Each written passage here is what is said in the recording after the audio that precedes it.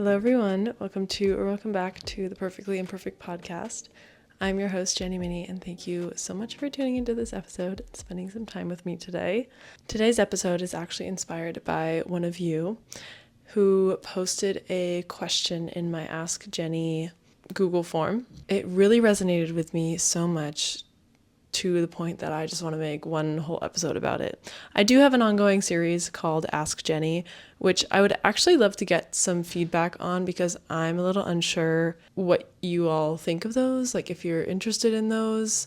I think they're fun to do, and I love reading your questions and feeling connected to you in that way. And the submission form is in the show notes of every single episode.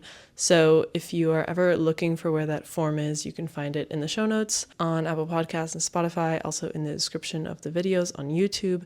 And you can find it in the link in the podcast Instagram bio. So hopefully you can find it if you've been looking for the submission form. But also I would love to hear some feedback on the Ask Jenny series. I think I've only done about 3. I'm open, flexible, would love to hear your thoughts. And overall, I'm just so appreciative and grateful that you're here. So thank you again. I guess a disclaimer is also that this is all my opinions. I am no professional.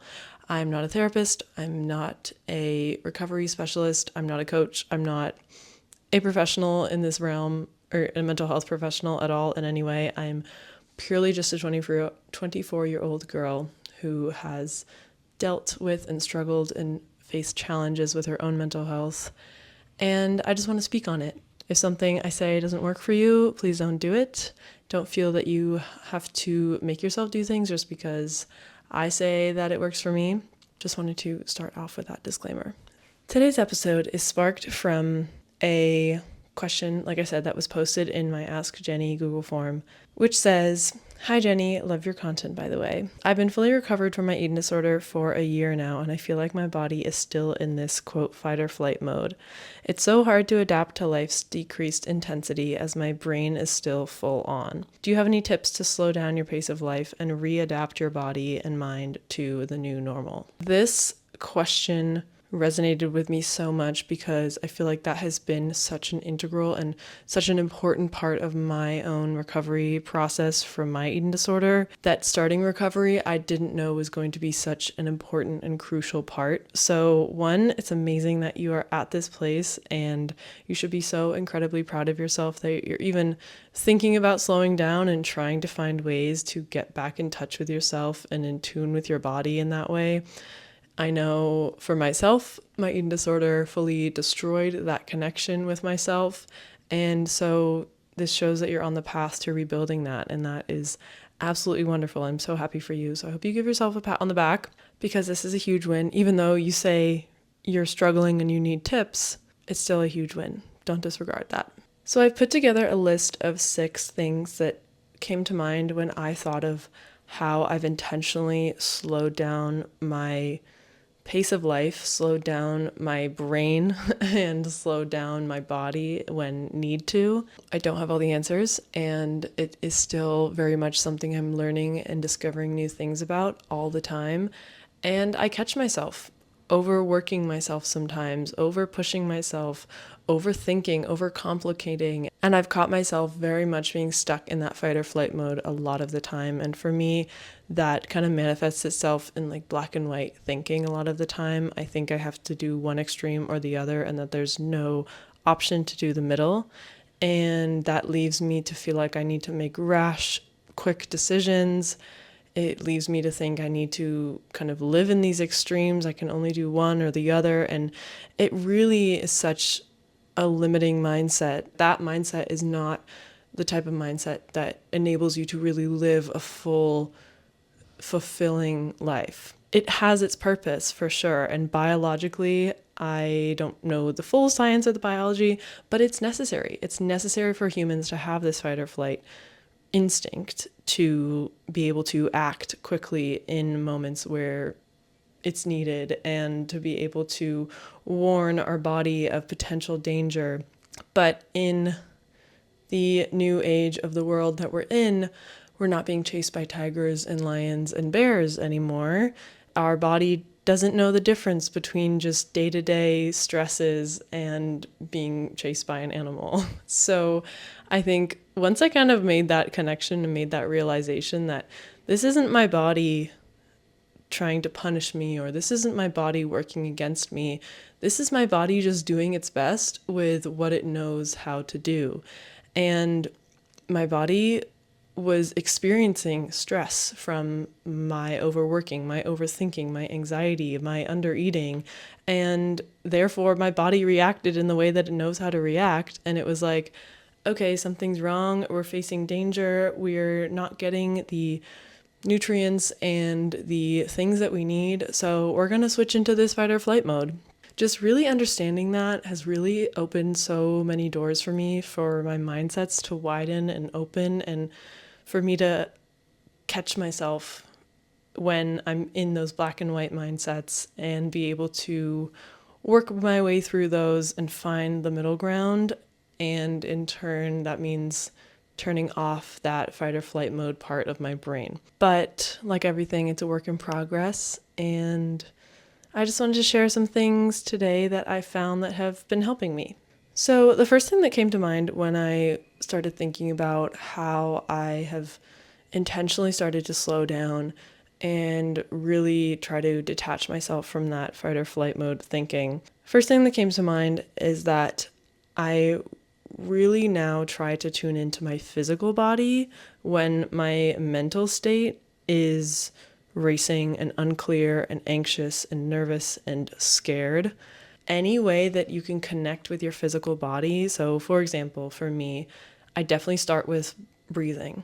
It's such a powerful tool, and I'm definitely still working on harnessing that tool and really making it work for myself. Believe me, I have moments where I'm anxious, I'm stuck in this all or nothing thinking, and I'm just like, okay, try to breathe, and I don't feel any better. Like, that happens to me so often. So you're not alone if you feel like, why do people just say breathe?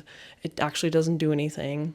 I definitely feel that sometimes, but I'm trying to work through that and trying to find a way, find a form of breathwork that really works for me. And sometimes it does, sometimes it doesn't. But I would say it's just always worth a try. I think why breathwork is so powerful is because it's directly connecting you to your physical body. As you breathe in, take in oxygen, that's fueling your body with what it needs to stay calm and work and function properly.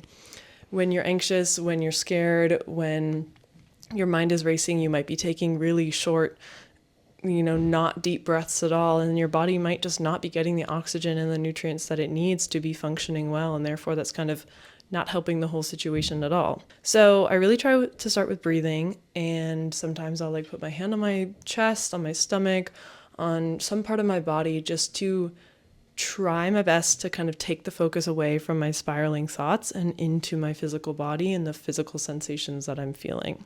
If that's not working at all, I then sometimes take it up another notch, and sometimes I will literally grab ice cubes from the freezer and hold them. It's uncomfortable, it's cold in my hands, but the focus then, again, is coming away from my racing thoughts in my mind and into the coldness in my hands.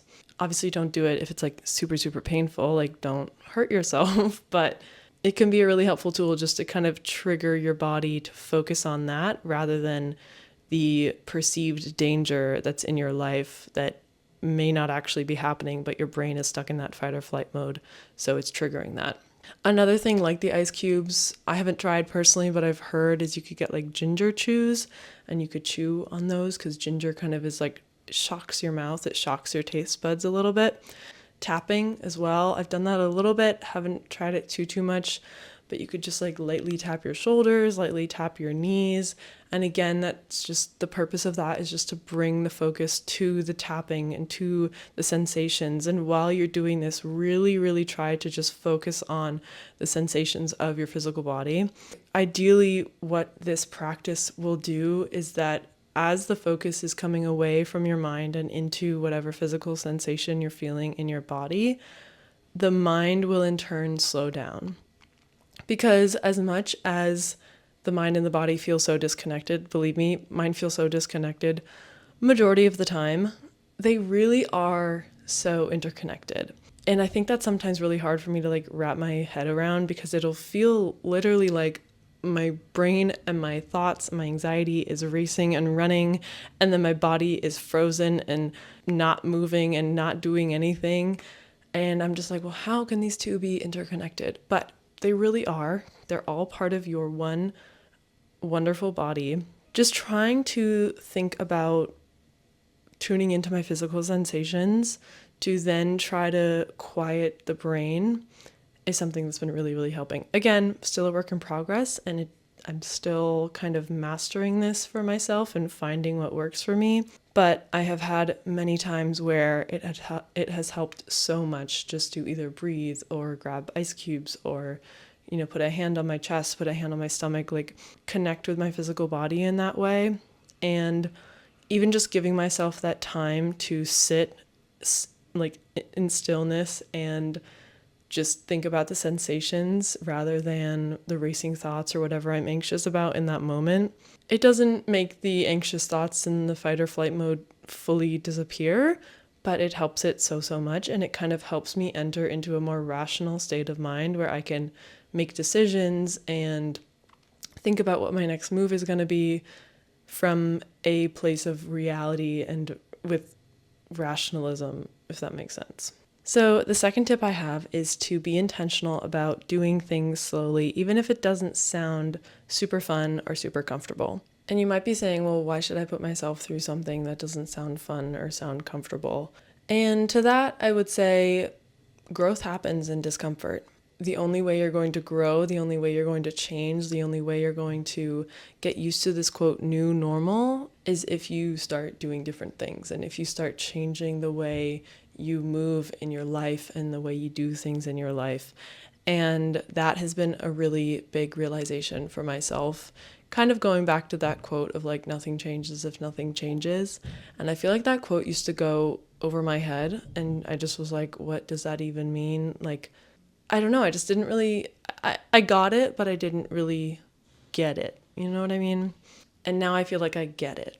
Like truly nothing changes if nothing changes. If you're frustrated with certain aspects of your life or certain aspects of your journey or your habits or your mindsets, if you keep doing the same things that you've always been doing, it's going to be very, very difficult, if not impossible, to reach those new mindsets, reach those new habits, and reach the new relationship with yourself that you really are envisioning for yourself. If you don't change anything, if you don't start doing new things, which in turn can feel very uncomfortable, then that change and that growth is more likely not going to happen. That's kind of another harsh reality that I've had to really just tell myself, and I had to accept that if I keep doing what I'm doing and I keep staying where it's comfortable and I keep staying where I know and keep staying where feels clear and safe to me, you can get places, but you can get much farther if you push yourself outside of that. And I'm not talking also like about huge, crazy things. Like I'm just literally talking about like reading a book outside in public. Like that's not something personally, I don't find that like super fun. If anything, I find that a little anxiety inducing because my brain wants to be go, go, go all the time. That anxious part of me is like, you need to be working, you need to be finishing this project, you need to be socializing, you need to be making money, you need to be da, da, da, da, da. So sitting and reading a book is literally the last thing my brain wants me to do. And I honestly really struggle with it. I try to read pages. I'm thinking about something else while I'm reading the page, and then I flip 5 pages and I realize I didn't read anything and I didn't digest the story and I don't know what's going on. So then I roll back the 5 pages and I try to reread it again. And that's just kind of how reading goes for me a lot of the time. But I know that pushing myself to put my phone down, pick up a book, go sit outside, go somewhere new, and intentionally slow down and intentionally not listen to those anxious, racing thoughts is what is going to help me grow and build new habits and build new mindsets and kind of help myself be able to detach from this survival mode that my body has been in for so long. So if you're similar to me and reading a book sounds kind of uncomfortable in a little way, maybe try pushing yourself to find a book that really resonates with you, that really sounds interesting to you, and try and just read like 5 pages. Like, I was setting the bar so low, just like read 5 pages, read half a chapter, get through something, and that was a win. Just sit somewhere, observe the world around you, do a fun like arts and crafts project that isn't accumulating to anything, any big goal. You're not making content about it. You're not sending it on your portfolio. You're not sending it to a competition. You're purely just sitting down with yourself and crafting something for the fun of it, and in really slowing your mind down in the process of doing that. I'm trying to think of some other examples. I mean, it could just be literally going on a walk, like no podcast, no phone call, just a walk with you and your thoughts. I feel like there are so many different things you could do that I'm not thinking about, but I hope you get where I'm going with this tip. My tip number 3 to slowing down and getting out of fight or flight mode is to put your phone down. This one, I know you've heard it so many times, and it's kind of, I don't know, cliche at this point, but it's just so true, and it really does help you just reconnect with yourself. I think social media, I think phones nowadays are such a wonderful tool to stay connected with people that you love, but it definitely has its downsides for sure. But I really do believe that there is a balance, and I think our fight or flight mode is really impacted when there's an imbalance with phone and social media usage, at least I guess in my perspective and in my lived experience. I feel like I'm most stuck in my all or nothing thinking when I'm scrolling the most, when I'm comparing the most, when I'm looking at what other people are doing so much and worrying about what this person's thinking and commenting and replying and responding. I feel like I get so stuck in those all or nothing thinking, and I really honestly just like lose touch with my own intuition when all of that is consuming my thoughts and my brain. But I found that the only way to reel back and pull back to connecting with my intuition and my own thoughts is to turn the phone away. Just putting it away, even if it's for a day, for an afternoon, for a week, for a month, like whatever you need to reconnect with yourself and reconnect with your own intuition and your own thoughts. Take that time, because that's going to really help you in just slowing down and reconnecting with yourself. So my 4th point is very much personal to my experience with my eating disorder and my recovery, and sort of how that has affected my fight or flight mode. So this may not apply, but I just wanted to put it in there if anyone has had a similar experience to me or similar experiences to me.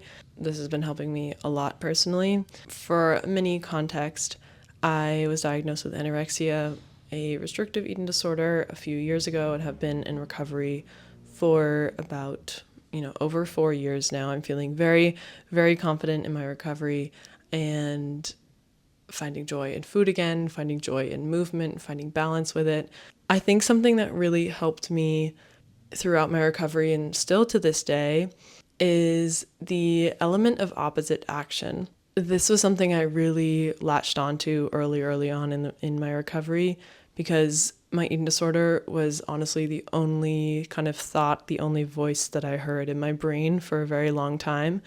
I didn't hear any other opinions, and it was very, very difficult to make decisions and feel like I was taking the steps that I needed to in recovery, because all I could hear was this restrictive and this obsessive and compulsive like eating disorder brain or eating disorder voice in my brain. I really leaned into the practice of opposite action. Like whatever my eating disorder was telling me, I just did the opposite.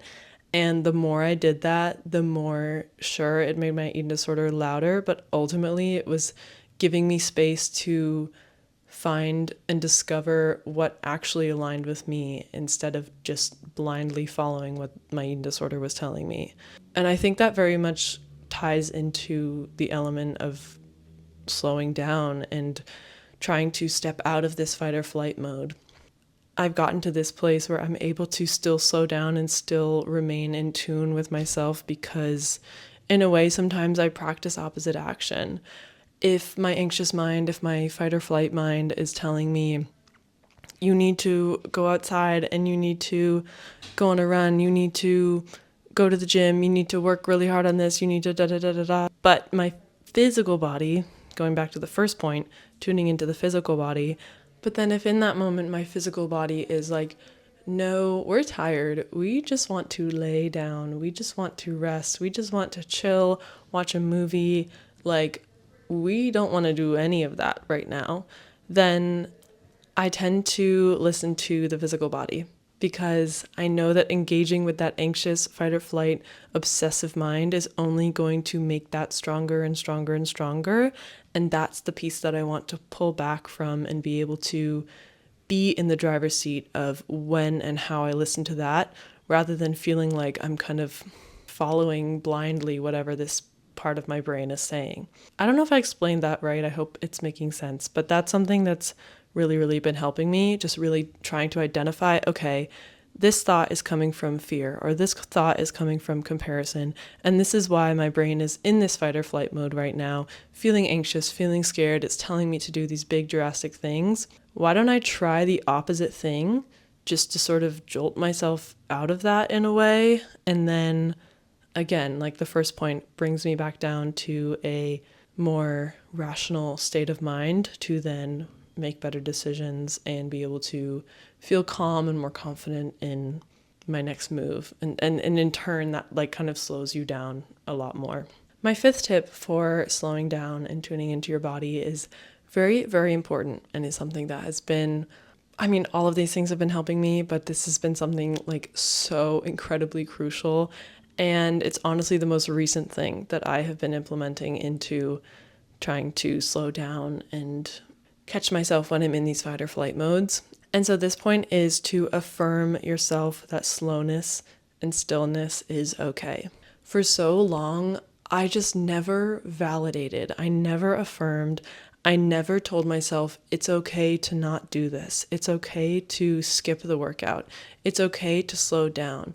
It's okay to not do as much as maybe you know you could, but you know that going that far would push you to burnout, would push you to stress, would push you to not getting enough sleep. And I've just never affirmed myself that those things are okay. It felt like that was a sign of, quote, weakness, or a sign of not working, quote, hard enough. All of that is made up by myself in some way. Or maybe it's made by society at large, but just realizing that I have the power to redefine what quote unquote weakness is, or quote unquote laziness is, or quote unquote hardworking is. I and you have the power to define what that is in our lives, and we don't need to succumb to whatever society defines that as, whatever your mom, your dad, your friend, your sister, your brother, your grandma, like whoever else in your life is trying to place definitions of what those things are on you. For me, this has been absolutely game-changing, just to realize that I have the power to define what these things mean to me, and what moving fast and what slowing down means to me. It's gonna look different for every single person. And I feel like for a lot of my life, I've been seeking external validation to define what is, I guess, quote, like good and bad or right or wrong when it comes to slowing down. But that comparison and that external validation is never going to fulfill you and enable you to find and feel secure in what those things actually mean to you. It's always going to feel empty. It's always going to feel not enough. It's always going to feel like there's just a piece missing of why it's not aligning. But the second you detach from that external validation and look inwards and ask yourself, what does slowness mean to me? And how can I allow myself to slow down right now? And just validate for yourself that it's okay to shut the laptop, stop working. It's okay to skip the workout. It's okay to enjoy the dessert. It's okay to say no to your friends. But equally, it's okay to work that extra hour if you're really in a flow, or maybe you have a crunch deadline with work and you just really have to get things done. This isn't to discredit and, put aside the fact that sometimes there are just things in life that have to get done, and it might not align fully with how you want to get back in touch with your slowness, but there's room for all of that in life. And I feel like that's something I'm really working on and discovering for myself is that, like everything, it doesn't have to be all black or white, all or nothing. Just because you're working on tuning into your slowness doesn't mean that there isn't room for busy days and crunch deadlines that you have to do a lot. Or if you have a project that you're working on that you really, really love and you want to spend time after work on that and you end up working a lot in one day, that doesn't mean you're fully discrediting your desire and your want to reconnect with yourself and find slowness within yourself. It's just all a balance, and it's all about remaining aware and feeling empowered in the decisions that you make. And I feel like to get there, you really need to validate and affirm yourself, and you need to stop seeking that from external sources. So then moving on to my last point, my sixth point for today's episode of how I have worked to slow down and reconnect with myself and move beyond this fight or flight mode, is to switch up my environment and my routine periodically. And I feel like I'm doing that exactly right now. I am recording from Paris, where I'm staying for the next 6 weeks, and then I'm going to be in London after Paris for a little bit. I feel like for me, I found that switching up my routine has helped me slow down and reconnect with myself like immensely. I was thinking the other day, like, why is this something that has helped me reconnect with myself so much? And I realized this kind of goes back to the point that I was saying, like, nothing changes if nothing changes. If you're in the same routine, you're on the same commute, you're doing the same activities, you're eating the same food, you're seeing the same people, and life is just pretty consistent, that isn't a bad thing. That's not what I'm saying. That is a wonderful thing. And I think life can be so full of joy, even if things do look the same and pretty similar every single day. But I find that in that routine, it can be a little bit more difficult to push yourself outside into new experiences and doing new things, just because it isn't really coming up in your life as authentically as when you intentionally go somewhere else or take a big shift in your routine in some way.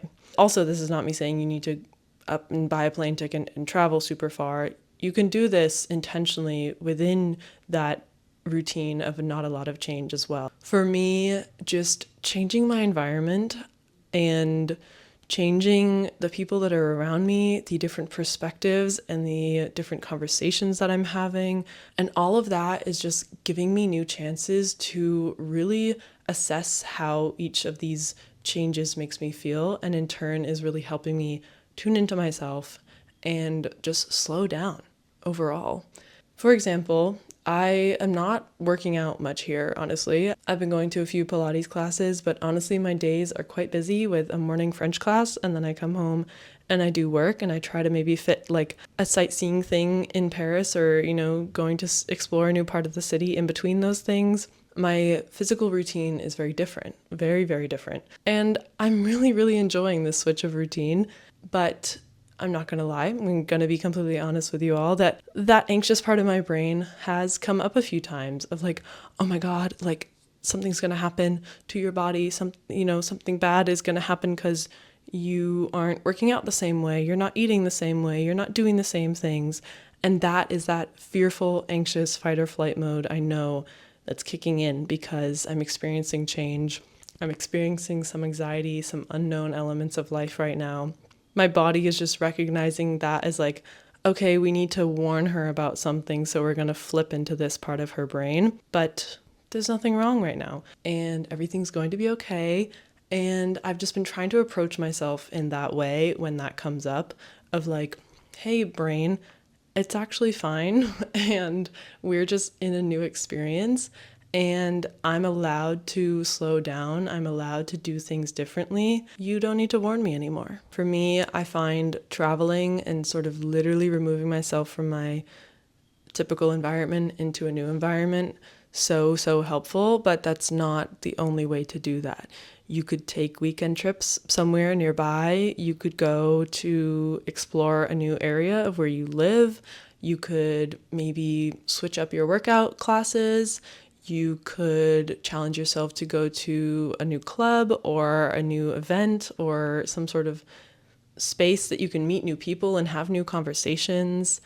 You could try a new restaurant, like any little thing that can just bring new perspective and new energy into your life. I feel like is so crucial, and it has been so crucial for me just to allow myself to experience more of the world, but also get more in tune with myself and give myself the space to really ask and affirm and validate how I'm feeling. And in turn, that helps me just slow down. So just to give a quick recap on my 6 points that have helped me slow down and get more in tune with my body and kind of get out of that fight or flight mode. One is to get in touch with your physical body and do things to really sync up the sympathetic nervous system, which is your mind and that fight or flight mode, with the parasympathetic nervous system, which is the body and the rest and digest nervous systems. So finding ways to physically sort of jolt yourself out of your mind and more into your body is really, really helpful. Number 2 is being intentional about doing things slowly, even if it doesn't sound super fun or comfortable. Going back to the point of nothing changes if nothing changes, you have to do new things, put yourself outside your comfort zone, and then you will experience growth. Number 3 is to put your phone away, cut out the comparison, cut out the scrolling, and that'll really, really help you slow down. Number 4 is maybe try opposite action if that's something that would be helpful for you and help you tune back into your intuition and your intuitive self. Number 5 is to affirm yourself and validate for yourself that slowness and stillness is okay. And number 6 is to switch up your routine, switch up your environment in any way that's possible for you. Thank you so much for listening and being here with me today. I honestly loved chatting through this. It's honestly been helpful for me as well to just sort of categorize and write out what has been working for me, because I think, like I said, I don't have all the answers and I definitely still struggle with this at times, but I think that writing this down and kind of giving myself a place to refer back to when I'm noticing that I'm stuck in my all or nothing thinking, my fight or flight mindset, my anxious mind, having something that I can open like on my notes app and read through is really, really helpful. And I probably am going to use this, but I also have other notes apps full of like the physical sensations, like the ice holding and the ginger chews, like all those types of things that it's kind of a toolbox of things that I can go towards when I feel like I'm stuck in that all or nothing thinking. So I guess that's a bonus 0.7 that you could try writing down a few things that really help you ground yourself and slow down. Definitely put breath work on there. So yeah, thank you again. And thank you to the person who submitted this question in the submissions form. I really appreciate you being vulnerable and being willing to open up and share this with me so that I can hopefully help you and respond to you, but also to anyone else if this resonated with you. Like I said at the beginning, the submission form is in the show notes down below or in the description down below if you're watching on YouTube. And you can follow the podcast on Instagram at perfectlyimperfect.pod. You can follow me on Instagram at jenny.mini. There's the podcast YouTube, and then there's my personal YouTube at Jenny Mini. So appreciative of your support, and I'll catch you in the next episode.